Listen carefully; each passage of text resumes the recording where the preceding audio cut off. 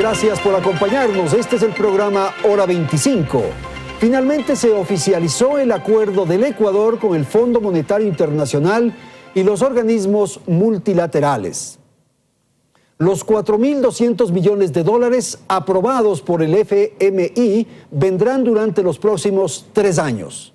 Con ello se abre la puerta para los otros créditos que han comprometido los multilaterales. El fondo y estos otros bancos internacionales lo que demuestran con esta decisión es que confían en el programa económico del gobierno. La primera señal del plan diseñado por el Ecuador es la voluntad de sostener la economía y la dolarización. Según se desprende de lo manifestado por el FMI, la prioridad principal es poner acento en lo social. Se ha dicho incluso en proteger a los pobres. Los detractores del acuerdo hacen referencia a las tradiciones y acciones ya conocidas y que tienen que ver con políticas neoliberales que ha mantenido el fondo. Se expresa la preocupación por las medidas de ajuste que puedan tomarse. Por ejemplo, asuntos como la desvinculación de empleados públicos, que evidentemente ya ha empezado, revisiones tributarias, eliminación de subsidios, venta de bienes públicos, sin duda una serie de temas que pueden provocar inquietud, agitación social e incluso problemas políticos. El tema de esta noche aquí en Hora 25 es entonces el acuerdo con el Fondo Monetario Internacional. Nuestros invitados en el estudio de Teleamazonas, Fabián Carrillo, él es el viceministro de Finanzas. Agradezco también la presencia de Pablo Lucio Paredes. Él fue ministro de Economía y es un analista de temas económicos. Nos acompaña Diego Borja. Él fue gerente del Banco Central del Ecuador y asimismo es un seguidor, un observador de lo que ocurre con la economía y las decisiones adoptadas por las autoridades. Vamos a empezar, pero antes, Natalie, buenas noches. Buenas noches, Andrés, amigos televidentes. El país ha firmado 19 acuerdos con el Fondo Monetario Internacional a lo largo de la historia. Sin embargo, esta es la primera vez que el gobierno accede a un crédito conocido como servicio ampliado. El SAF requiere de la aplicación de un programa con medidas económicas de largo plazo, donde los desembolsos pueden extenderse por un periodo de hasta 4 años y el reembolso de hasta 10 años. Los anteriores créditos habían sido del tipo stand-by y se caracterizan porque exigen la aplicación de un programa económico, pero en un periodo de implementación de máximo 24 meses. En 6 décadas de acuerdos con el Fondo Monetario Internacional, la mayoría de las veces el Ecuador no cumplió con las metas que había fijado en las cartas de intención. Por ende, no recibía los montos fijados en los periodos establecidos. Recordemos que una carta de intención se refiere a las metas económicas pendientes por cumplir por parte del Estado y que le permiten obtener y mantener el financiamiento del fondo. Bien, vamos a empezar entonces, señor viceministro, con este antecedente que ha planteado Natalie. Quisiera pedirle ¿cuál es la diferencia o de qué modo podría ser esto diferente frente a las otras cartas de intenciones, acuerdos, en fin, que ha habido en el pasado. Buenas noches. Buenas noches, Gracias. Andrés. Gracias por la invitación. Pablo, Diego, buenas noches. Básicamente creemos que es algo inédito lo que ha logrado el país. Fundamentalmente porque el Ecuador no ha suscrito anteriormente un acuerdo que haya tenido el respaldo de la comunidad financiera internacional.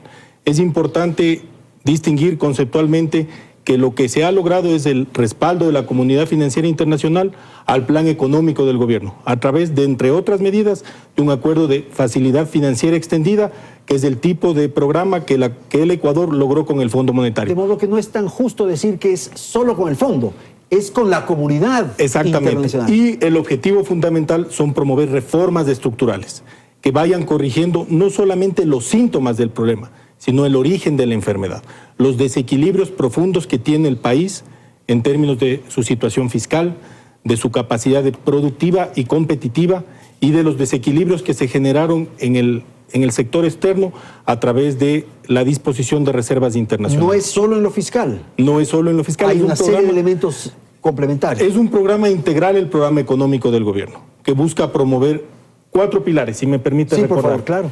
Fundamentalmente, consolidación fiscal y estabilidad monetaria, el primer pilar. El segundo, igualdad de oportunidades y protección social.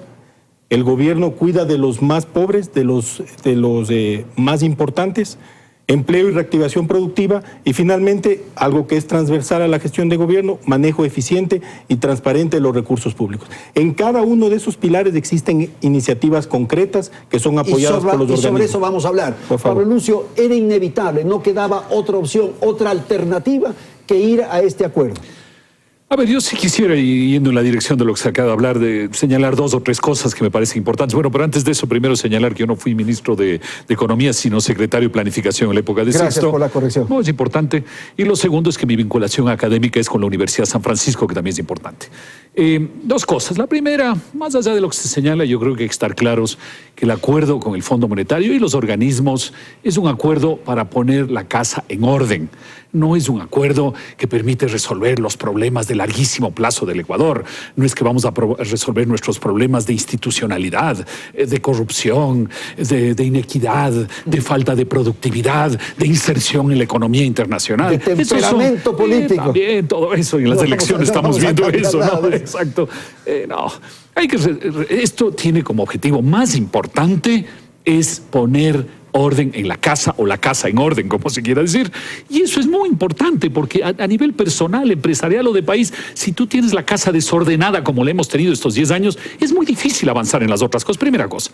Lo segundo que me parece muy importante es estar claros en cuáles son los problemas que tiene el Ecuador en este momento, y es una combinación de 3 cosas. Mucha gente lo ha señalado, pero yo quiero en particular resaltar que Augusto Latorre y José Hidalgo lo hicieron ya hace 2 años en un documento muy claro. Es la combinación de 3 cosas complicadas juntas, que es crecimiento y empleo, o sea, bajo crecimiento y empleo. Segundo, el problema fiscal. Y tercero, el problema de competitividad. Esas 3 cosas juntas no es fácil resolverlas en el entorno que tiene el Ecuador, el entorno económico, el entorno de la dolarización, el entorno político, porque de pronto tú dices, yo hago una acción en uno de los 3 campos y eso mejora, pero afecta negativamente el otro campo. Entonces hay que estar conscientes que el Ecuador tiene esa trilogía, digamos, que es crecimiento y empleo, competitividad y el problema fiscal. En parte, el tema del Fondo Monetario ataca esos temas. Ayuda a atender esos temas. Por supuesto temas. que es tratar de poner la casa en orden, pero ojo, es difícil, las 3 cosas juntas no es fácil de manejar. De modo que sí había que acudir a esta fórmula, a este acuerdo, porque la casa no estaba en orden. Partamos Por supuesto. Y mira, lo que alguien me decía, capaz que fue el mismo Fabián, no sé, alguien me decía el otro día, es que es mejor estar con el fondo que sin el fondo. Francamente, en las circunstancias actuales del Ecuador y en el entorno internacional, poder conseguir apoyo nosotros solitos, o sea, salir ahí a decir, ve, apóyeme, lo estamos viendo que era una cosa muy difícil, tener apoyo del fondo es importante, pero insisto, con esto no es que se atacan todos los problemas del Ecuador, se atacan ciertas cosas, como es obvio. El Fondo Monetario no está hecho para resolver todos los problemas de los países. Ok, gracias, Pablo Lucio. Ya ha puesto la pregunta, Pablo Lucio. ¿Era mejor estar o no estar con el Fondo Monetario Internacional? Bueno, Andrés, gracias por la invitación. Noches, buenas noches a mis contertulios. También debo aclarar, yo no fui nunca gerente del Banco Central. Entonces, fui ministro de Economía y presidente del directorio del Banco Central. No pegamos una de estas. No pegan una. Y creo que no pegan. Yo creo que... Una sí pegaste. Unita, sí, por lo menos. Creo que el acuerdo con el Fondo Monetario Internacional es un pacto con un socio bastante cuestionable en términos históricos. Es casi como cuando Cantuña hizo el acuerdo con el diablo, con el fin de que le ayude a construir la iglesia de San Francisco y puso el alma como garantía. Y al final, claro, con la viveza criolla no puso la última piedra del diablo y no perdió el alma. Ojalá estemos pensando en una cosa parecida. Yo tengo aquí un gráfico en el cual entre 1960 y el año 2005, lo podemos mostrar, ¿no es cierto? Ahí atrás. Es aquí. Es este gráfico de aquí. En que se plantean los acuerdos con el Fondo Monetario Internacional, los 19 acuerdos que se hablaban al principio, única y exclusivamente, en esa parte donde la curva se vuelve pendiente para arriba, única y exclusivamente en el momento en el cual el Ecuador no hizo acuerdos con el Fondo Monetario Internacional, el ingreso nacional per cápita de los ecuatorianos subió.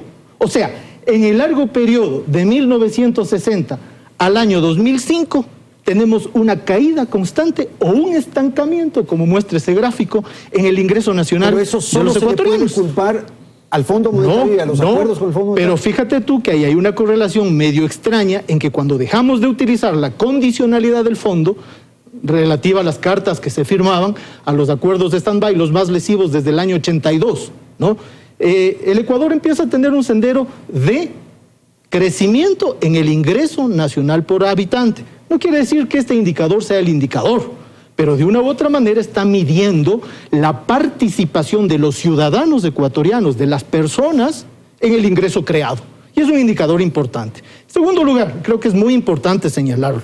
Efectivamente, Fabián señalaba hace un momento que el acuerdo que se está haciendo hoy día es distinto a los stand-by. Inédito, ¿no? Es un acuerdo que es en el lenguaje en inglés es el Extended Fund Facility, que es este sistema ampliado de facilidad crediticia, ¿no? Es la primera vez que se le da al Ecuador y es la primera vez que se le da en un monto tan grande, ¿no? El monto global equivale al 435% de la cuota que el Ecuador tiene en el Fondo Monetario. Es igual en proporción al que recibe la Argentina. La condicionalidad de los anteriores acuerdos era una condicionalidad de ajuste coyuntural. Esta es de ajuste estructural, por tanto es más peligrosa, mucho más peligrosa. Miren, la condicionalidad del ajuste coyuntural continuamente llevó a los países a una caída de la actividad económica, a una contracción de la actividad económica. Y sin citar a otros estudios académicos, cito a dos premios Nobel de Economía. El uno, Joseph Stiglitz, y el otro, Paul Krugman, donde hablan que la obsesión por el déficit, incluso él llega a llamarles los austeríacos, o sea, los maníacos de la austeridad. Incluso hay autores que intentaron explicar en un momento que la austeridad, la contracción del gasto, el control del déficit, puede generar una expansión posterior basado en dos elementos. El uno, disminución de tasas de interés, cosa que en el Ecuador no se ve, las tasas de interés siguen altas. Y dos, en la expectativa que los ciudadanos podrían tener de una caída de los impuestos en el futuro. Solo eso generaría un ambiente de confianza y tal. Sin embargo, los estudios empíricos para muchos países demuestran que lo que sí sucede es que políticas contractivas contraen la economía. Y termino diciendo una cosa. El Ecuador tiene ya un sendero de 3 años de decrecimiento de la economía y tiene un sendero ya de 2 años, si vemos la inflación mensual cuyo gráfico también lo tengo, de deflación en algunos meses. Por tanto, ni las más obtusas posturas ortodoxas neoliberales plantearían en un momento de caída de la actividad y de deflación contraer aún más el gasto. Pablo Lucio, pacto con el diablo ha empezado a señalar Diego. No, mira, el Fondo Monetario no es ni el diablo ni lo contrario. Y el tema que plantea en este gráfico, Diego, es que como vemos hay 2 épocas en que sube, la una que él no mencionó, que es la primera época petrolera en los años 70, y la segunda es después de del año 2000, donde hay 2 cosas, hay la dolarización, que es muy importante, y el segundo boom petrolero, porque es lo que sucede en el Ecuador, que en los 2 boom petroleros nos excedimos tremendamente, fueron muy parecidos, crecimos el gasto público, empezamos a endeudarnos, además de la plata del petróleo, empezamos a endeudarnos, empezamos a tener enormes ineficiencias en el Estado. Entonces aquí viene una cosa muy sencilla.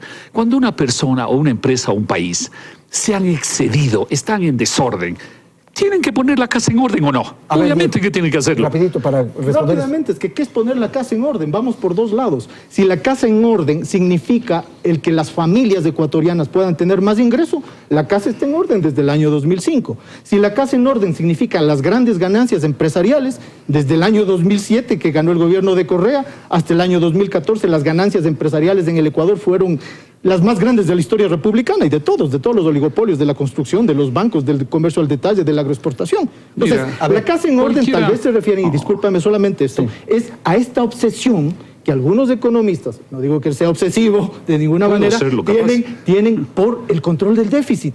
Cuando en economía, Pablo Lucio, se plantean 2 formas. La una es el control del déficit al corto plazo y la otra es, que es el objetivo económico, que es el control del déficit a largo plazo cuando hay pleno empleo. El Ecuador está muy lejos del pleno empleo. Entonces, obsesionarse con el control del déficit, ¿a quién golpea? A la gente. Ok, Pablo Lucio, terminamos con usted. Mira, nuevamente, volvamos al caso básico de la economía. Si tú te has excedido en tus gastos, si tienes gastos altamente ineficientes, si tienes un gran déficit, si estás acumulando una deuda en pésimas condiciones, tienes que poner la casa en orden. Eso nos sucede a todos. Y obviamente, cuando tú pones la casa en orden, ¿Es el mejor momento más boyante de tu vida? Obviamente no lo es, pero tienes que hacerlo. Diego dice, no nos hemos excedido. ¿Cómo que no nos hemos excedido? Tenemos un Estado que llegó a representar más del 40% de la economía, del cual una parte de ese gasto es enormemente ineficiente. Es decir, lo que hace es jalar la economía hacia abajo. Tenemos un déficit que llegó al 7-8% del PIB. Tenemos una deuda cuyos pagos hoy representan varios puntos del PIB, es decir, una enorme cantidad. Cualquiera que piense en eso, tengo gastos ineficientes, gran déficit y una deuda que me come una parte de mis ingresos, es obvio que tiene que entrar a poner orden en la casa. Bueno, es interesante este debate, pero quisiera, si es tan amable, señor viceministro, que responda también a alguna observación que acaba de hacer Diego, en el sentido de que el ajuste no es coyuntural, que es más grave, que es un ajuste estructural. Primero, es como si uno tiene una situación compleja desde el punto de vista de la salud, no asume esa responsabilidad de la situación de salud que uno tiene y le eche la culpa a quien le hace el diagnóstico o a quien le da los instrumentos para superarla. El país tiene un grave problema de sostenibilidad fiscal. Es un problema que bien lo ha graficado Pablo en términos de la capacidad de honrar sus obligaciones, incluso garantizar la cobertura de servicios sociales. Ante esa situación nos enfrentamos. Obviamente lo responsable, lo transparente, lo eficiente desde el punto de vista social es corregir estos desequilibrios poniendo por delante, como se ha indicado, a los más vulnerables. Vamos a proteger a aquellas personas en situación de vulnerabilidad porque esa es la orientación del gobierno, la disposición del señor presidente y un elemento fundamental de nuestro plan. Nuestro plan es integral, busca corregir el origen de los problemas, los desequilibrios en el sector real, en el sector externo, en el sector fiscal, a través de reformas que cambien esta lógica, este modelo económico perverso que se basó en el gasto público ineficiente, irresponsable, insostenible, postergando, desplazando el esfuerzo privado. Ahora, esta obsesión, ese balance es fundamental para el crecimiento de mediano y largo plazo. Esa obsesión por la austeridad, eso es lo que ha señalado Diego, a quienes más va a afectar es a los más pobres. No es correcto. Yo discrepo con Diego. No hay una obsesión por la austeridad, hay una responsabilidad con el uso de los recursos públicos, algo que no se ha hecho en muchos años atrás. Hay que ser responsable con el uso de los recursos de todos los ecuatorianos. Esos son los recursos que administra el gobierno, los que administra el Ministerio de Economía y Finanzas, y ese es fundamental para el cambio. Si no hacemos cosas diferentes, no esperemos resultados distintos. Insisto, este es algo programado, no está en comprometidas medidas de ajuste, de impacto, de shock, sino un ajuste gradual que conserve los equilibrios económicos. Cuando hay recesión, hacer esta austeridad también es una referencia de Diego. La apuesta es distinta, no creo que el concepto es diferente. Nosotros apostamos a promover la iniciativa privada a través de mayor credibilidad, confianza y de poner la casa en orden. Eso es fundamental, indudablemente. Diego, tiene que haber este balance. Por favor, Diego, es necesario corregir lo fiscal, es necesario corregir lo que ocurre con el sector público en general y darle prioridad al privado. Cambia el modelo, eso es lo que estamos haciendo. Con todo respeto, yo a Fabián le tengo un enorme cariño y hemos trabajado juntos incluso, pero creo que hay que basarse más que en lo que uno quiere y espera, que es ideología, en los hechos. Y los hechos demuestran exactamente lo contrario.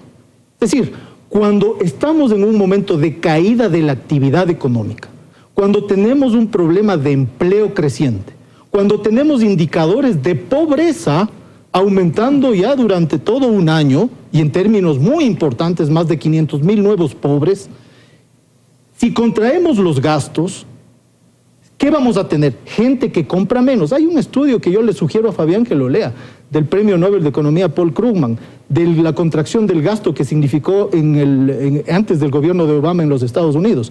Ellos apostaban a que contrayendo los gastos iba a haber un aumento de la confianza, porque la gente diría, el gobierno va a tener menos deuda, va a ser un país con menos riesgo, etcétera, y que la gente, o sea, el privado, iba a empezar a invertir. Sucedió exactamente lo contrario. Se contrajeron los gastos y el privado no invirtió. Porque la apuesta de la austeridad expansiva, que es esta austeridad que dice hoy contraigamos el gasto para que después se invierta, no es un resultado automático. La gente tiene que creer que esa disminución del gasto va a traducirse en una disminución de deuda, ¿no? Y que por tanto va a haber nuevos impuestos futuros menores. cosa que en el Ecuador va a ser bastante difícil. Pero tampoco el modelo anterior funcionó, pues, Diego, con esa expansión. No, yo no defiendo el modelo se destinó anterior. una cantidad de dinero, pero al consumo. Yo no defiendo el modelo anterior. Fábricas, empresas, aparatos productivos, en definitiva, no se construyó. Lo único que hubo fue una redistribución bastante tibia que se muestra en el gráfico. Ciertamente la aclaración que hacía Pablo Lucio, en la década de los 70 hubo un aumento del ingreso per cápita, ciertamente por el boom petrolero, pero nunca tanto como en el periodo de 2007, probablemente también por el aumento tan drástico del precio del petróleo. No hubo medidas de corrección del patrón de acumulación, de la matriz productiva que tanto se habló, de nuevos productos, de nuevos mercados, de nueva tecnología. No. Consumo. No, ciertamente no estoy defendiendo ese modelo. Lo que estoy diciendo es que el modelo que se está aplicando ahora va a ser un modelo que en condiciones, aquí tengo un gráfico si lo pueden tomar, es la evolución histórica de la inflación. Ya desde el año 2015 aquí hay una caída continua de la inflación y tenemos meses de deflación. O sea, a la actividad económica que ha caído, la caída de los precios le van a aumentar, en el modelo que está planteando el Fondo Monetario, una contracción más dura todavía de los gastos. ¿Quién va a terminar pagando los platos rotos? La mayor parte de la gente. Ok, con usted, Pablo, terminamos. Mira, lo que plantea Diego es muy sensato, que es tener políticas contracíclicas. Es decir, en este momento en que la economía se está frenando, que haya más bien una expansión del gasto. Muy bien. ¿Cómo financiamos esa expansión del gasto? Resulta que el gobierno anterior ya se endeudó en exceso, ya se comió todas las opciones de endeudamiento que tenían. Hoy no es cuestión de decir, yo salgo nomás por el mundo y me endeudo. No, la gente te dice, yo quiero ver que haya orden para yo seguir prestándole al Ecuador. Entonces ya se comió una buena parte de nuestras opciones de deuda. Se comió recursos de la seguridad social. No creó ningún tipo de fondo de ahorro, los famosos fondos, los fonditos, perdón, de los que se hablaba. Obviamente, si el Ecuador, en la época, digamos, de más crecimiento, de alto precio del petróleo, etcétera, hubiéramos creado los fonditos, no nos hubiéramos endeudado, no hubiéramos tomado plata de todos lados raspando la olla, obviamente hoy habría recursos que permitirían hacer eso. El problema es justamente que hoy no tenemos eso porque no se lo hizo durante 10 años. Entonces, ¿qué se hace para expandir la economía? No se reduce el gasto público, mantenemos el déficit, seguimos endeudándonos, etcétera. Pero para empezar, afuera nadie nos va a prestar. Entonces, no es un tema teórico, es un tema práctico de qué se puede hacer en la economía ecuatoriana. Y eso es lo que hay que hacer hoy, poner orden. Señores, tengo que ir a la publicidad, vamos a ir a un corte y enseguida retornamos para la segunda parte de esta conversación, de este panel en el que estamos analizando el acuerdo con el Fondo Monetario Internacional y estos elementos de la economía que surgen en la conversación. En un instante, retornamos.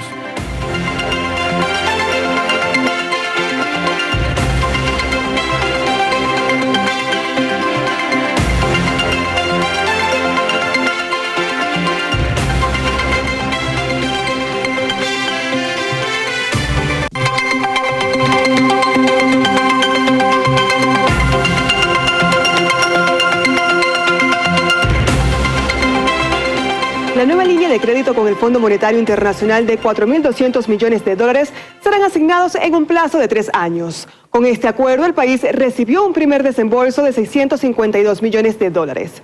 Además de los 4.200 millones del Fondo Monetario, el gobierno prevé recibir otros 6.000 millones de dólares que aportarán 6 organismos multilaterales. Entre ellos, el Banco de Desarrollo de América Latina, el Banco Interamericano de Desarrollo, el Fondo de Reserva Latinoamericano y el Banco Mundial en el mismo periodo de 3 años, lo que da un total de 10.200 millones de dólares. De ese monto, unos 6.700 millones de dólares serán de libre disponibilidad. El resto está atado a otros proyectos de inversión. Este año, Ecuador recibirá un primer desembolso de 4.600 millones de dólares. En el 2019 de 4.600 millones, mientras que en el 2021 será de 3.100 millones y en el 2021 de 2.500. Los recursos tendrán una tasa variable de interés que fluctuará entre el 2.5 y 5% y se pagarán en un plazo de 10 años con 4 de gracia. Bien, vamos entonces a la segunda parte del programa y un poco lo que surge a partir de estas cifras que nos han dado es qué vamos a hacer con el dinero. Un poco también pensando en el modelo. Según en qué se invierta, vamos a tener más claro el destino o el plan diseñado por el régimen. Por favor. Gracias, Andrés. Sí quisiera hacer un comentario respecto de la austeridad. Yo creo que en la vida un principio importante es ser austero, responsable y transparente. Es fundamental Esa es la manera de manejar los recursos públicos. Yo he estado algunas veces en el Ministerio de Economía y Finanzas y ese ha sido una forma en la que responsablemente se deben administrar recursos que son de todos los ecuatorianos. La austeridad no puede ser, a mi criterio, en mi opinión, algo malo. Tiene que ser, es lo responsable con recursos que son de todos los ecuatorianos. Sí quiero ser muy claro en eso. Segundo, básicamente se ha informado, son parte de la estrategia de gobierno, una estrategia integral, una estrategia conceptualmente, insisto, lo inédito del acuerdo es que el programa económico del gobierno es el que ha recibido apoyo de la comunidad financiera internacional. Tenemos en diferentes aspectos, en cada uno de los pilares del programa económico del gobierno, apoyo de los organismos, por ejemplo, para mejorar el registro social. Aquel reporte que tiene errores profundos con el cual se está midiendo la situación de la población en pobreza y en extrema pobreza. Eso es fundamental hacerlo. Está previsto con el apoyo del Banco Mundial una mejora del registro social que nos permita mayor claridad sobre la situación de la población más vulnerable. En términos del uso de los recursos, básicamente dentro de la programación fiscal, dentro del ejercicio presupuestario, tenemos recursos de libre disponibilidad por aproximadamente 6.700 millones de dólares, que básicamente nos sirven para financiar el Plan Anual de Inversiones, gastos de capital y el cumplimiento de obligaciones financieras del Estado. 3.500 millones aproximadamente a la diferencia van asociados a proyectos específicos. Esto dentro del ejercicio presupuestario, es decir, del presupuesto que anualmente se presenta y es aprobado por la Asamblea Nacional. Ese es el uso general. Por ejemplo, si me permites, claro. Andrés, fundamentalmente algo que es importante comunicar. Los 652 millones, insisto, dentro del ejercicio presupuestario del año 2019. Que ya llegaron, ¿no? Exactamente. ¿En qué se van a utilizar? Plan anual de inversiones, proyectos específicos en salud, educación y obra pública, 374.4 millones de dólares. Proyectos de los gobiernos autónomos descentralizados, financiados a través del Banco del Estado, del Banco de Desarrollo, los acuerdos FINGAD, 96 millones de dólares. El programa de gobierno Agua para Todos, 61 millones de dólares. Proyectos de inversión en empresas públicas, 53 millones de dólares. Proyecto de riego a nivel de prefecturas, 39.8 millones de dólares. Proyecto de inversión en juntas parroquiales, 10 millones de dólares y otros 17.8 millones. Esto es transparencia, esto es construir un futuro diferente, es más prosperidad. Ok, Diego, este es el rostro humano que nos acaba de señalar del Fondo Monetario, del diablo que usted dijo. Exactamente, a ver, cuando yo hablo de austeridad expansiva, yo me estoy refiriendo a una categoría económica. No me estoy refiriendo a la sobriedad con la que un país debe manejar las cuentas y todo eso, no.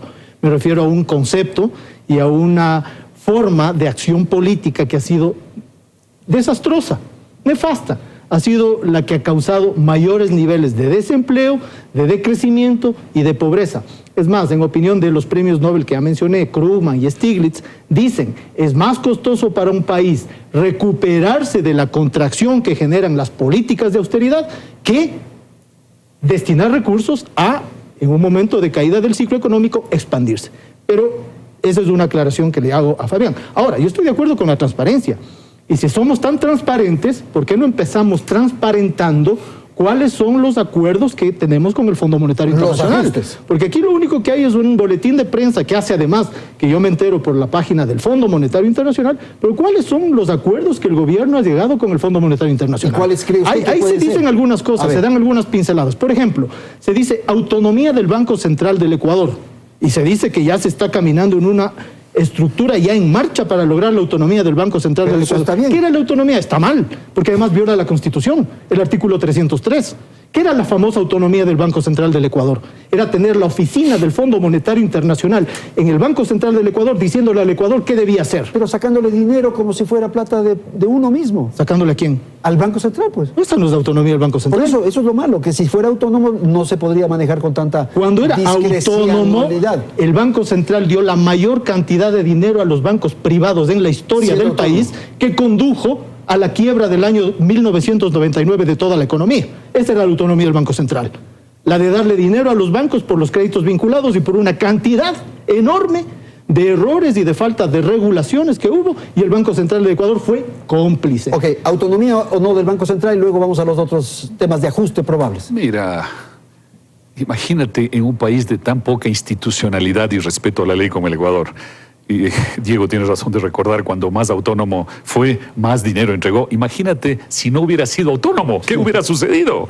Es decir, no hubiéramos tenido una inflación del 100% y una devaluación 5 veces, hubiéramos tenido el doble de todo, porque sin autonomía hubiera sido peor, eso obviamente. Es political fiction. Pero yo estoy de acuerdo contigo, es ese tema de la falta de institucionalidad en el Ecuador. Pero volviendo un ratito, porque me parece muy importante el tema de la austeridad. Bueno, yo entre paréntesis siempre me hago la pregunta con todo respeto, porque son premios Nobel de Economía, yo no soy nadie, pero siempre me pregunto, ¿qué harían Krugman, Stiglitz, los premios Nobel de Economía, si tú les encargara las finanzas de un país y tener que pagar, exacto? Desde la academia es bien fácil decir todo eso, ¿no? Pero el tema de la austeridad está ligado a algo fundamental, que es la productividad. ¿Cómo utilizas los recursos? Para 3 cosas: productividad económica, productividad social y productividad institucional. Es decir, cómo crear una mejor economía, mejor social y mejores instituciones. Y evidentemente hoy en el Ecuador, y los ecuatorianos lo sentimos todos los días, el Estado aporta muchas cosas que no son productivas, que son inútiles, que son una carga para la gente, una carga de regulaciones, de 1000 cosas que no son útiles para nadie. Ahora, sí quisiera, y para seguir la conversación, que me parece muy importante, es que si vamos a hacer ese ajuste fiscal, ¿qué parte va a venir vía reducción de gasto y qué parte vía aumento de ingresos? Eso me parece un tema muy importante. Okay. En ambos casos hay un efecto en la sociedad, eso es evidente. En un caso, tú bajas los gastos, en el otro caso le quitas ingreso a la gente, hay un efecto. La pregunta es, ¿cuál de los dos tiene un menor impacto o cuál de los dos es menos malo para la economía? ¿No? Porque hay impacto, por supuesto. Eso es un tema bien importante. También, como digo, como hay falta de transparencia total en lo que se ha llegado al acuerdo con el Fondo Monetario, solo se ven pincelazos. Uno es de este tema de la autonomía, que claro, en political fiction podemos decir, si no fue la inflación del 100% podría haber sido mayor. El hecho fue que el Banco Central, cuando era autónomo, era una suerte de banco privado al servicio de los bancos privados. Era la privatización del Banco Central del Ecuador. ¿Qué otro pincelazo se da ahí en el boletín de prensa? Se dice competitividad. Yo me temo que tras de competitividad está flexibilidad laboral. Y eso es volver a los esquemas de terciarización. ¿Qué otro pincelazo se da? Protección a los más pobres. Eso me recuerda al ajuste con rostro humano. O sea, ajustamos brutalmente y damos unas limosnitas para los pobres. Yo ciertamente coincido con Pablo Lucio. O sea, una cosa es con guitarra y otra es con violín. Los premios Nobel están en su tema académico, pero nosotros hemos estado con guitarra y con violín. Entonces yo me pregunto, por ejemplo, ¿por qué si necesitamos dinero para ir a las medidas pragmáticas y prácticas que plantea Pablo Lucio, por qué el gobierno acaba de derogar... Les mencionaba a ellos para que no les menciones tantos el decreto 449 que le baja la participación del Estado en el excedente petrolero? Este gobierno ha hecho eso. Yo personalmente, y estuvo Fabián conmigo en ese momento en el Ministerio de Economía, llevamos adelante una ley con la cual el Ecuador participaba, el Estado ecuatoriano participaba con al menos el 50% del excedente petrolero. Este gobierno que dice que necesita plata y que recurre al Fondo Monetario Internacional, baja la participación del Estado en el excedente petrolero al 12.5%. ¿Cómo se entiende eso? Este gobierno que efectivamente está recibiendo un IES quebrado, hace toda una remisión de la deuda patronal del IES. ¿Por qué? Entonces yo creo que hay medidas que van en contrasentido de lo que se dice. Estamos acudiendo a los organismos para tener una condicionalidad muy fuerte, pero por otro lado, internamente, estamos tomando medidas en contrasentido. Okay. Fabián, por favor. A ver, varias cosas, ¿no es cierto? Primero, respecto de la difusión del acuerdo. El convenio institucionalmente con el Fondo Monetario determina ir publicando, liberando los documentos que son parte del acuerdo en los próximos días. Seguramente con esos documentos vamos a poder absolver algunas observaciones, dudas válidas, genuinas, y que van a sustentar lo que se ha firmado, que el apoyo es al plan económico del gobierno. No existen medidas de shock, no existen medidas que puedan desequilibrar a las finanzas populares, a las finanzas familiares. Buscamos poner la casa en orden en un ambiente de paz, de tranquilidad, de diálogo, que es la característica del gobierno, en términos de una visión integral. Eso es muy importante, ese es el acuerdo que tenemos con el fondo y los documentos se van a ir liberando en los próximos días. Inclusive uno que me permito dar una primicia que da cuenta de cuál era el estado de la economía en el año 2016 y que esta situación grave, que debe atenderse con mucha responsabilidad y valentía, se ya anticipaba de parte de los organismos internacionales del Fondo Monetario que era insostenible. Tanto es así que respecto del Banco Central se saquearon las reservas internacionales. Se hizo un proceso consistente de saqueo de las reservas internacionales, dinero que pertenece fundamentalmente a los depositantes, aquellas personas que confiaron en el sistema financiero privado y a través del sistema de encaje fueron a parar los recursos al Banco Central. Que dice usted que se va a difundir, se menciona las condiciones muy precarias en las que quedó la economía después del gobierno de Indudablemente, y sí es bueno para mirar hacia dónde uno va, dónde uno está, ¿sí? Por ejemplo, el señor ministro de Economía y Finanzas, el economista Richard Martínez, informó que si no se hacía el proceso de reordenamiento de las finanzas públicas que ya se hizo en el año 2018, el déficit iba a ser de más de 8 puntos porcentuales del Producto Interno Bruto del año 2018. Ese era lo grave de la situación. Logramos un déficit de un poco más de 3 puntos porcentuales del producto sin sobresalto social. A eso me refiero con austeridad y responsabilidad. Y en las medidas de ajuste o en las medidas que podrían tomarse, ¿se le dan las migajas al pueblo ecuatoriano? Discrepo absolutamente. ¿Cómo podemos calificar de esa manera al sistema de protección social del Ecuador? Es un conjunto, el plan Toda una Vida, por ejemplo. Es una iniciativa presidencial que establece un conjunto de beneficiarios para cuidar a todas las personas en las diferentes etapas de la vida. Entonces, precisamente son ese tipo de estigmatizaciones que creo que no ayudan ni contribuyen al diálogo, ni siquiera a poder lograr consensos. Entonces, básicamente estamos promoviendo un proceso de reordenamiento de las finanzas públicas, cuidando los equilibrios tanto en el sector real como en el sector externo. El esfuerzo, como se indicó cuando se informó el 21 de agosto del año pasado, el plan de prosperidad viene por parte del Estado, fundamentalmente. El ejemplo lo pone el Estado. ¿Y reformas tributarias, por ejemplo? Está previsto una reforma tributaria. ¿El IVA va a incrementarse? No es eso, no es el IVA. Mire, le comparto otro dato, Andrés. Nosotros tenemos en exenciones tributarias aproximadamente $6.000 millones, de diferente naturaleza. Nuestro sistema tributario tiene que cambiar la forma como está concebido. No solamente un sistema tributario que sirva para recaudar, sino un sistema tributario que facilite el cumplimiento de obligaciones y que vaya destrabando este modelo perverso en la que el gasto público era el motor de la economía. En ese sentido va una reforma tributaria con diálogo, con consenso, que permita facilitar y flexibilidad laboral. Es necesario, no está previsto eso. De hecho, pero para mejorar la competitividad. Sí, yo creo que es importante mirar el tema laboral tanto en la parte privada como pública.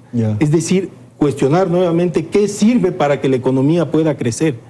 Y eso nuevamente en un espíritu de diálogo se encontrarán los caminos adecuados para lograr promover el empleo de aquellas personas que no lo tienen.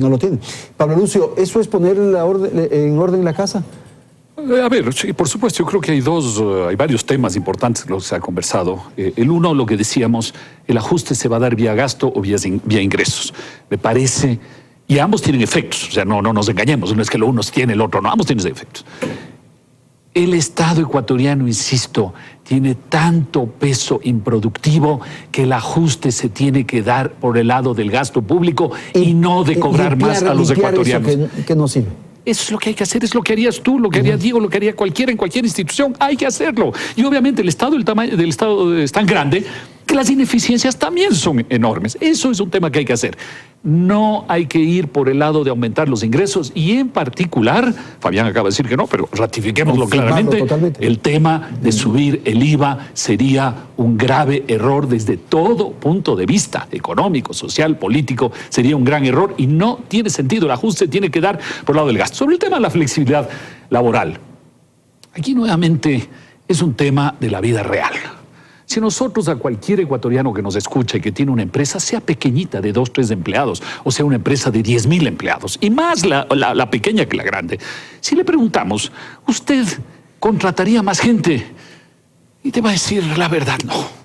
No solo porque la economía está complicada, sino en general porque la contratación es demasiado complicada. Es demasiado, para mí, demasiado costoso. Yo tengo una tienda, no puedo pagar lo que hay que pagar. Y luego hay 1000 regulaciones y 1000 complicaciones. Y si quiero que la persona trabaje, por decir, estoy exagerando, digamos, que trabaje en la mañana y luego vuelva a trabajar el domingo, no puedo porque no hay esa flexibilidad. Entonces no lo hago. Y si mañana, no porque yo quiera, sino porque las circunstancias me llevan a despedir a esa persona, porque uno no contrata a alguien para despedirle, pues uno contrata para tenerlo, ¿no?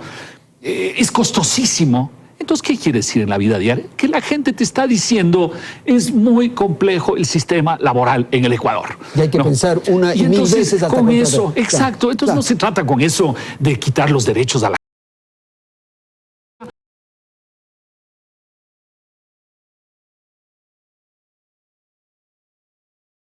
A ver, el tema es que no se está poniendo los objetivos principales por delante. Creo que en algún programa, ya decía Andrés, se está poniendo la carreta por delante de los caballos.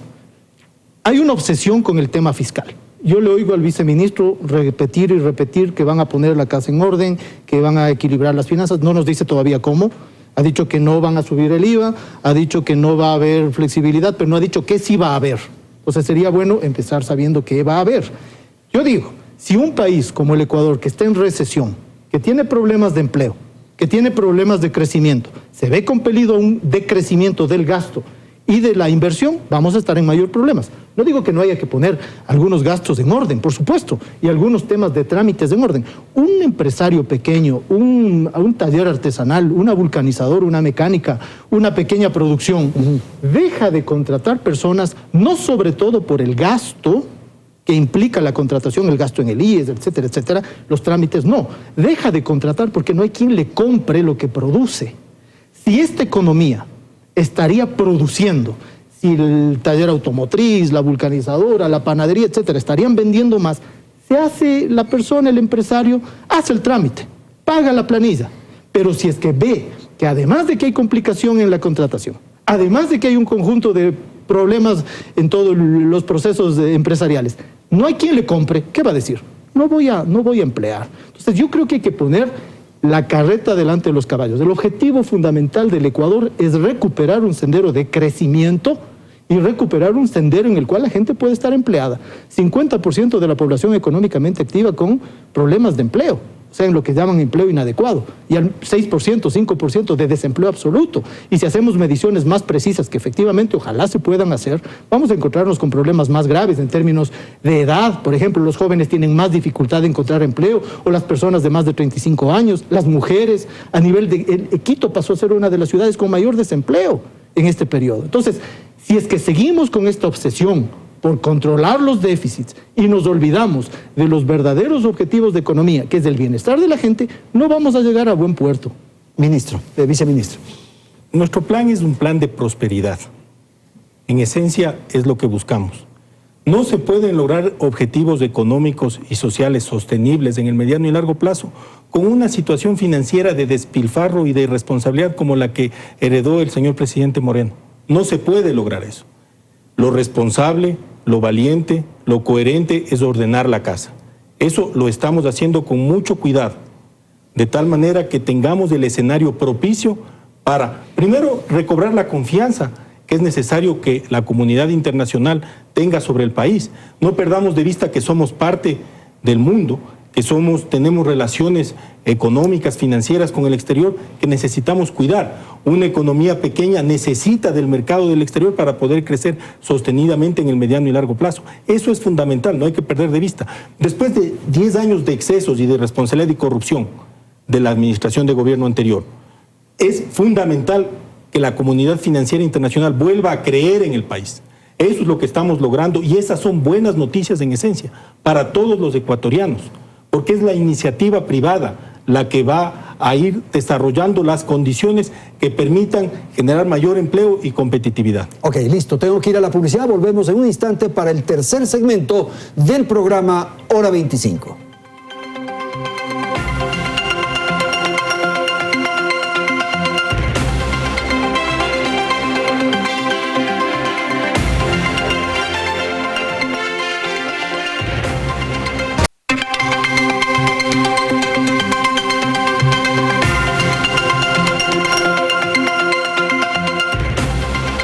El Fondo Monetario Internacional se comprometió a hacer un acompañamiento técnico al plan de prosperidad que deberá ejecutar el gobierno en un plazo de 3 años. Esto como parte de las acciones que debe cumplir el régimen en el marco del acuerdo con el fondo.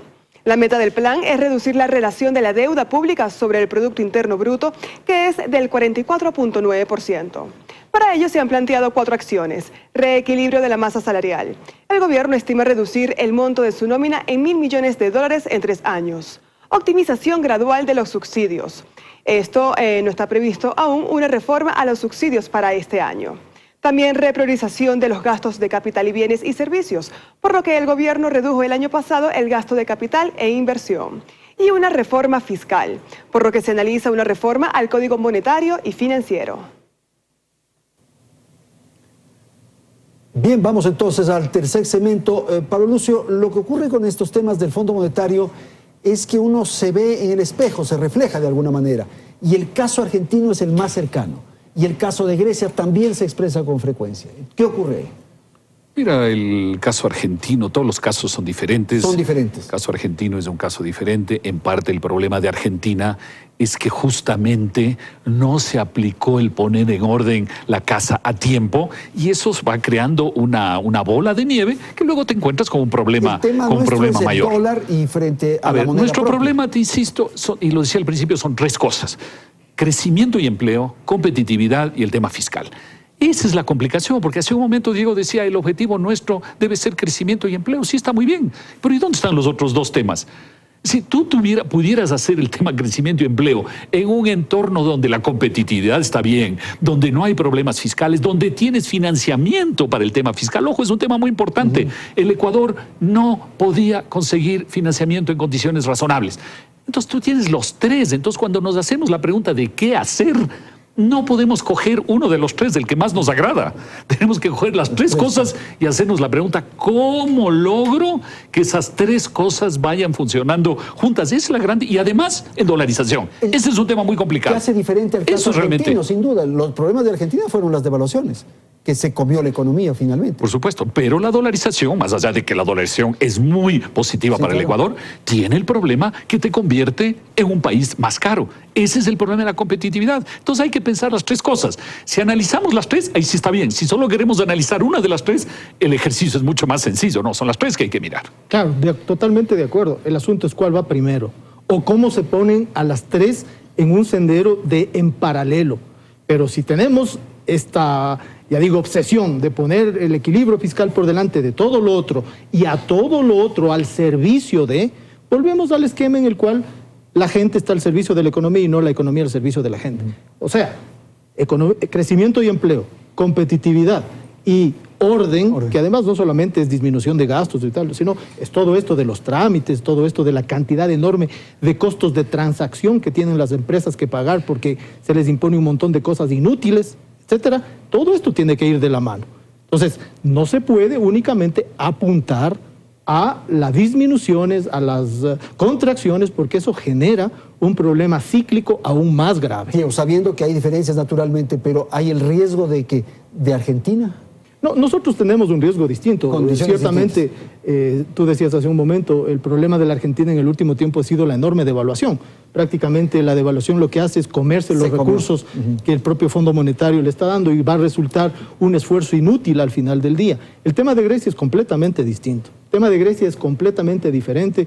Es un problema de cómo se generó el endeudamiento. Es decir, para empezar, 200% del PIB, que es bastante más grande que el tema del Ecuador. Una moneda que no es propia, que la determina el Banco Europeo y no las autoridades griegas, y un préstamo o unos préstamos tan gigantes que recibió Grecia, de los cuales únicamente fueron al presupuesto del Estado griego el 9%.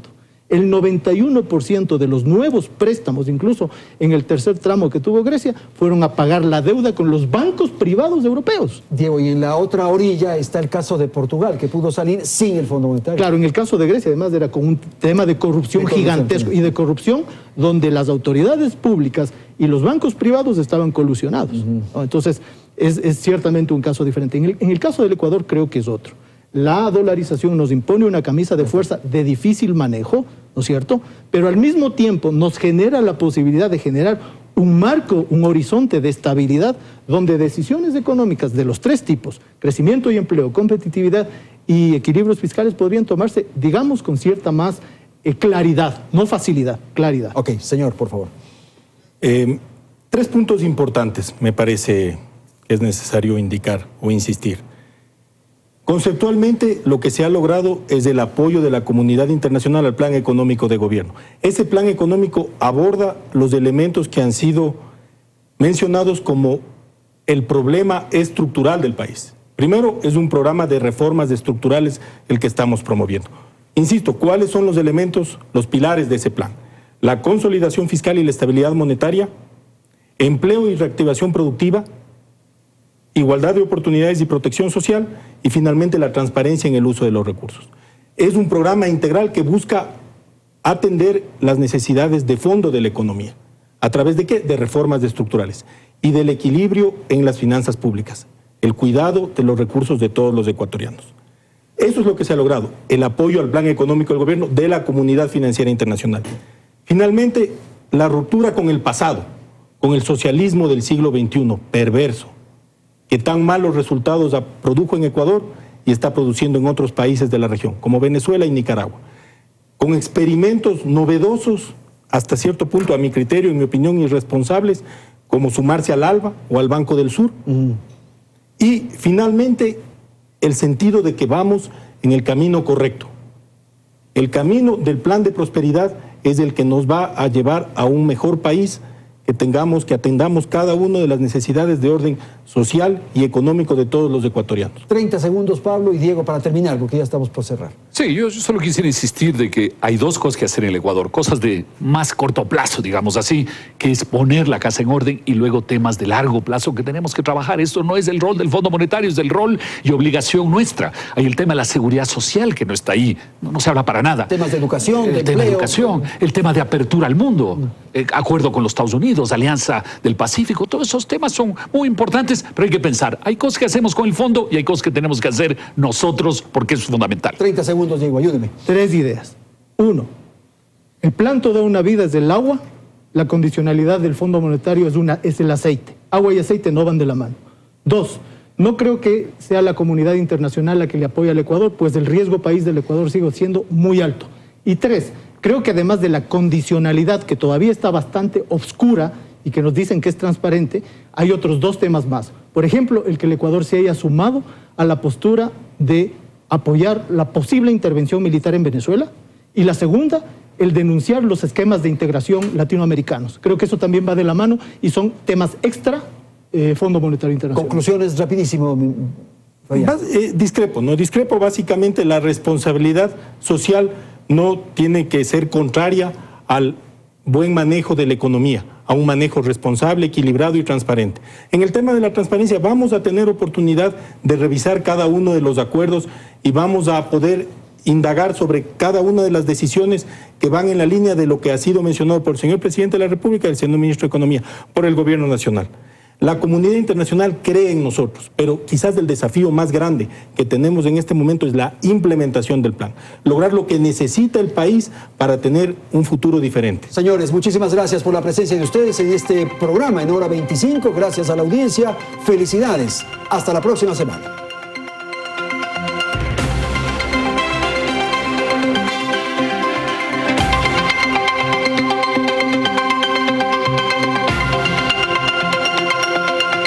Teleamazonas presentó Hora 25 con el auspicio de